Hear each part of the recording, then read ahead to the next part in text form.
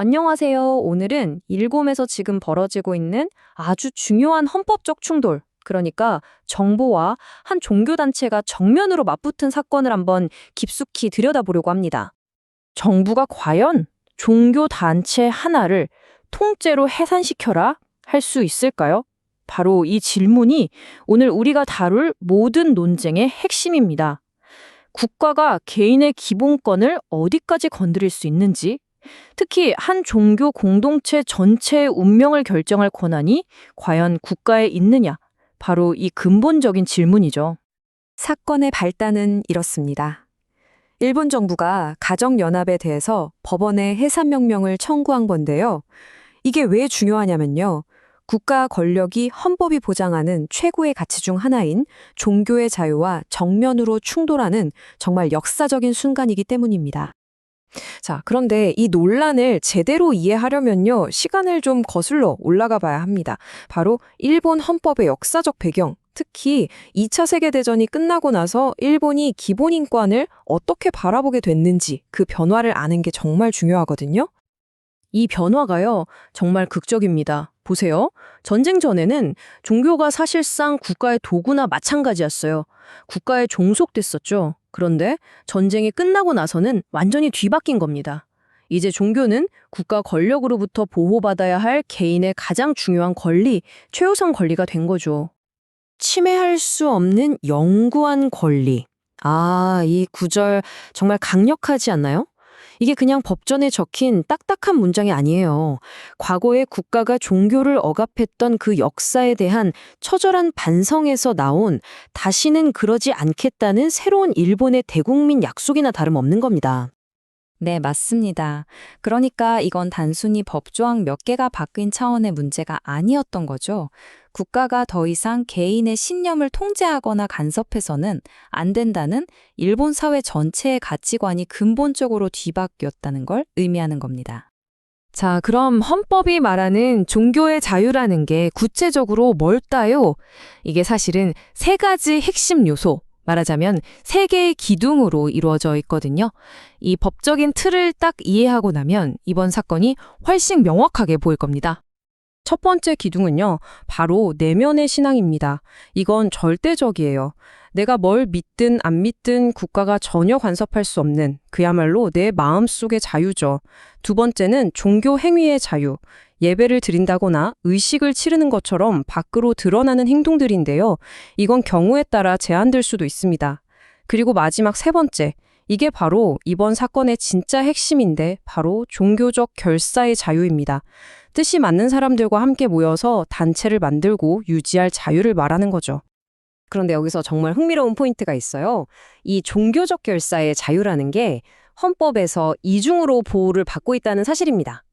종교의 자유 조항에서도 보호하고 집회의 자유 조항에서도 또 보호를 해요. 이건 뭘 의미하겠어요? 헌법이 종교단체를 만들 권리를 그만큼 중요하게 생각한다는 거고, 만약 국가가 이걸 제한하려면 정말 까다롭고 높은 기준을 통과해야 한다는 뜻입니다. 자, 그럼 방금 우리가 살펴본 이 법적인 틀을 가지고 이번 일본 정부의 해산 명령에 대해 어떤 헌법적 문제들이 제기되고 있는지 자료에서 지적하는 5가지의 핵심 쟁점들을 지금부터 하나씩 짚어보겠습니다. 그 전에 먼저 아주 중요한 비교를 하나 하고 넘어가야 합니다.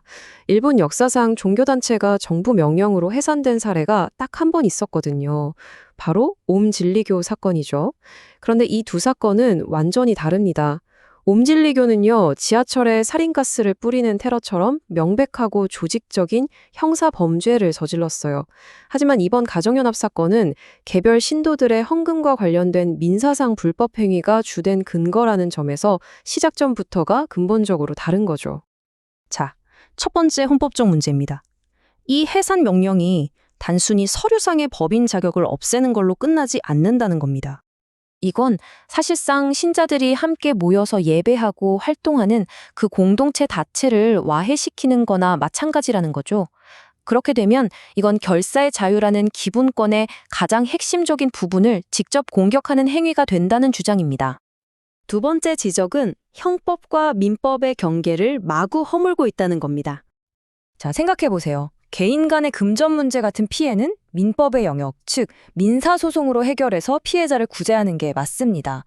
반면에 단체 해산이라는 건요, 사회 전체에 대한 심각한 위협, 그러니까 테러 같은 형법의 영역에서나 사용하는 최후의 수단이어야 한다는 거죠.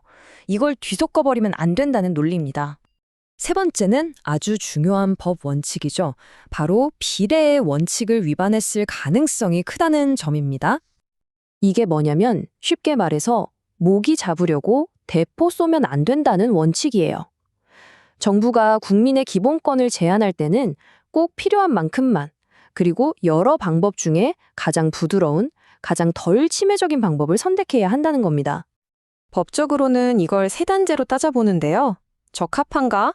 꼭 이 방법이어야만 했나? 그리고 얻는 이익과 침해되는 권리 중 뭐가 더 큰가? 이렇게요. 비판하는 쪽에서는 특히 두 번째, 필요성 원칙에서 문제가 크다고 봐요.